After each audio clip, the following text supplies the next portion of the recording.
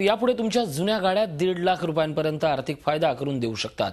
10 वर्षांहून जुन्या गाड्या मोडीत काढल्यास 5,000 पासून 60,000 पर्यंतचा इन्सेंटिव्ह देण्याची योजना केंद्र सरकारने तयार केली आहे। केंद्रीय रस्ते वाहतूक मंत्री नितीन गडकरी यांनी याबाबत माहिती दिली आहे। याचा वाहन मालकांना आर्थिक फायदा होईल, पण प्रदूषण नियंत्रण आणि अपघाताचे प्रमाण कमी करण्यासाठी याचा फायदा होईल असं गडकरी म्हणाले।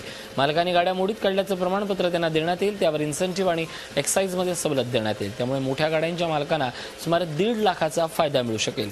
याखेरीज निवडक 8 ते 10 बंदरांच्या नजीक स्क्रॅप यार्ड प्रकल्प उभारण्यात येतील। यामध्ये जुन्या गाड्या रिसायकल केल्या जातील। यामुळे मोठ्या प्रमाणात रोजगार निर्मिती होणार आहे। याबाबतचा प्रस्ताव रस्ते वाहतूक मंत्रालयाने तयार केला आहे। तो लवकरच अर्थ मंत्रालयाकडे मंजुरीसाठी पाठवण्यात येणार आहे। Anyone who surrender his old car to the factory where he will get a certificate, and if he can get that certificate to when he purchase the new vehicle from new company, he will get some 25 to 30,000 rupees discount. We are going to recommend it to the finance ministry. Anywhere any person who surrender his old car, then for purchasing of new car, we can give him some tax concessions, exemptions, by which he will get some tax exemption for at the time of the purchasing of new bus, new truck, new car. And same time we are also try to think about to give him some money from that, because it will be easy for the people to surrender their old car, get the certificate, and they can purchase the new car. बघूया त्या योजनेनुसार कोणत्या वाहनांना किती incentive मिळेल ते। बाईक्सवर 3,000 रुपयांची आर्थिक सवलत,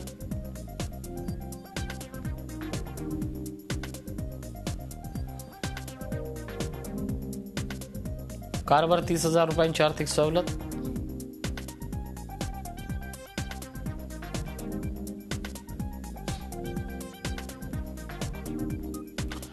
ट्रकवर 60,000 रुपयांची आर्थिक सवलत।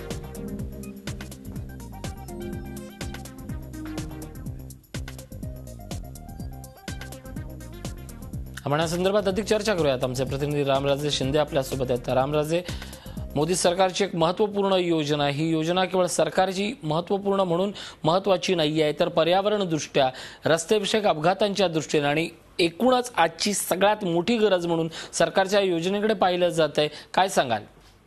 बिलकुल, नितीन गडकरी यांनी ही जी योजना आणलेली आहे ती देशभरासाठी उपयोगी योजना असं म्हणावं लागेल।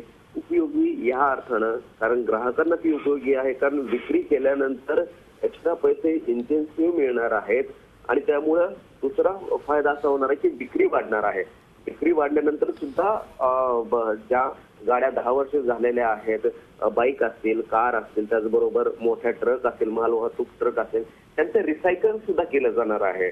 त्यामुळं विक्री करण्यास अगोदर प्रोत्साहन केल्यानंतर त्यांना इंटेन्सिव्ह देणं आणि इंटेन्सिव्ह केल्यानंतर पुन्हा एकदा रिसायकल करणं, म्हणजे या तिन्ही प्रक्रियेमध्ये मोठा फायदा होणार आहे।